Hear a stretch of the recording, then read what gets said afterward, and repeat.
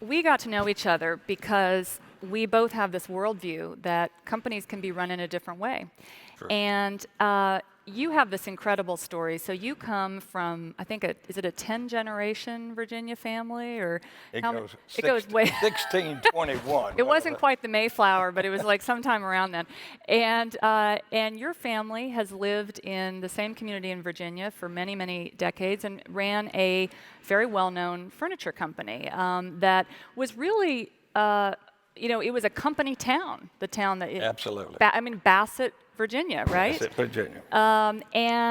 But a few decades ago, they began to come up against the issues of globalization. Chinese were commoditizing the furniture market. I think furniture actually is one of the most hard-hit markets by trade, by foreign competition. And at the time, your family's firm was struggling. You were not put in charge, but you went off and started your own private furniture firm about 70 miles away, and they became kind of a tale of two companies in a way, right? True. I actually did not start that company. My wife's grandfather worked for my grandfather, and in 1919, he left and started a company called John Bassett Furniture Company. Now, I'm a Bassett, so everybody relates me to the Bassett Industries, okay? And that's my family. That's where I learned the business. But yes, in 1983, I left.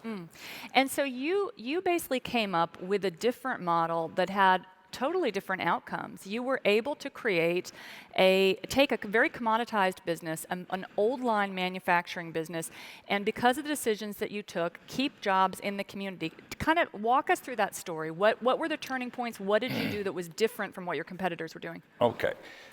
We've been in business since 1919. We were not new. We made wood bedroom furniture. And then when 2001, the Chinese joined the World Trade Organization, prices plummeted. They just absolutely plummeted. And we had to decide what we were going to do. And people were panicking. The stampede was on. Wall Street wanted you to close all your factories. That's the thing to do. And that was the advice you would hear from investment bankers and et cetera. So we looked at it. I had two sons, and we said, what are we going to do? The stockholders were scared to death. Employees were scared to death. The community was scared to death. Customers were leaving us because they did not think we would stay in this country. We'd disappear. So they wanted to leave while they could still get products. And it was a crisis. And we decided that the only way we could exist and survive is with the whole company working together.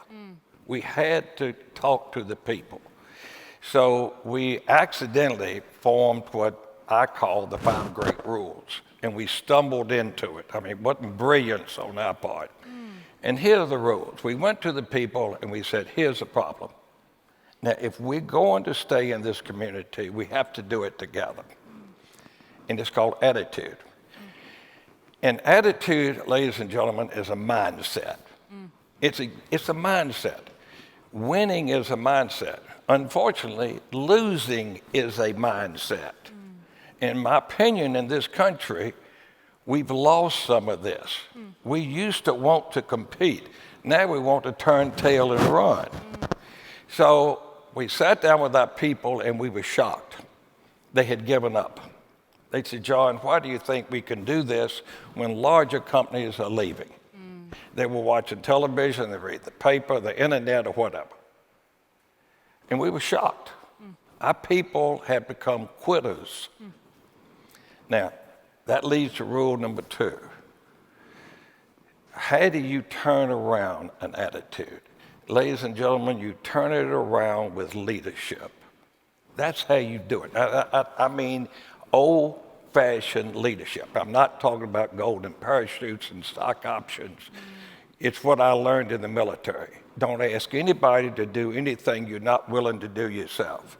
And when they came to work in the morning, our cars were in the parking lot. When they left, our cars were in the parking lot. If there was a problem, we were right in there with them.